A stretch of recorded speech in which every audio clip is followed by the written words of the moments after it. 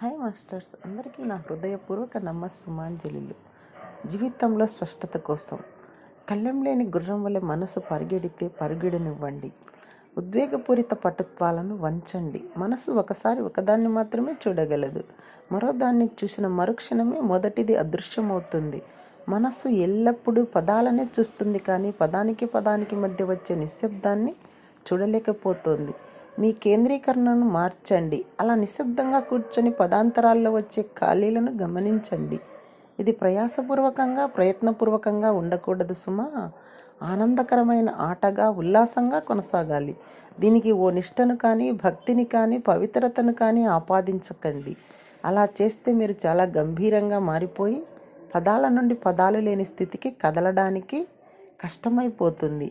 ఏ గంభీరత్వం లేకుండా ఉల్లాసంగా, ప్రవాహత్వంతో, పట్టింపులు లేకుండా ఉన్నప్పుడే అది చాలా సులువైపోతుంది.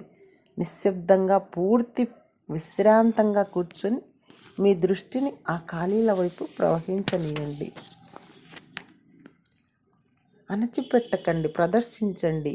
మీరు కోపంగా ఉంటే మీ గదికి వెళ్ళి తలుపు వేసుకొని మీ దిండును కొట్టండి. అద్దం ముందు నిలబడి మీరు ఎప్పుడు ఎవరిని తిట్టని తిట్లను ఎలా తిట్టాలనుకుంటున్నారో అలాగే తిట్టండి. కానీ ఇదంతా మీ ఏకాంతంలో చేయాలి సుమా, లేకపోతే దానికి అంతం లేదు. విషయాలు వలయాకారంలో ఒకదాని వెంబడి మరొకటి జతకట్టి తిరుగుతుంటాయి. కానీ ఇక్కడ ఆ విషయాలకు స్వస్తి పలకడం మన ఉద్దేశం.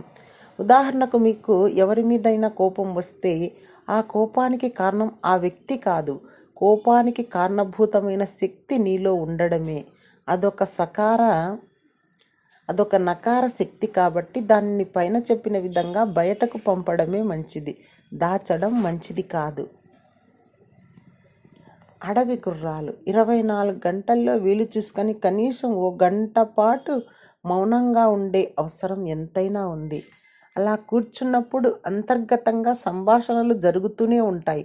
కానీ మీరు ఉపయోగించే కిటుకు ఏమిటంటే, మామూలుగా ఓ 2 వ్యక్తులు కూర్చొని మాట్లాడుతుంటే మీరు ఓ ప్రక్కగా కూర్చుని అందులో ఏ జోక్యం చేసుకోకుండా కేవలం అలా ఉన్నట్లుగా మీలో సాగే సంభాషణను కూడా అందులో ఏమాత్రం భాగం కాకుండా కేవలం వినండి.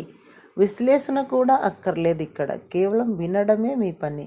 మనస్సు లోగిలిలో ఒక భాగంపు మనస్సు మరో దానితో అదే గుసగుసలను మీరు ఏమాత్రం జోక్యం చేసుకోకుండా కేవలం వినండి.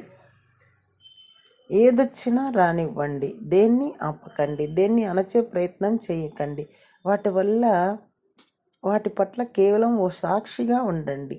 ఏమాత్రం అవకాశం దొరికినా మనసు కట్లు తెంచుకున్న గుర్రంలా పరిగెడుతుంది.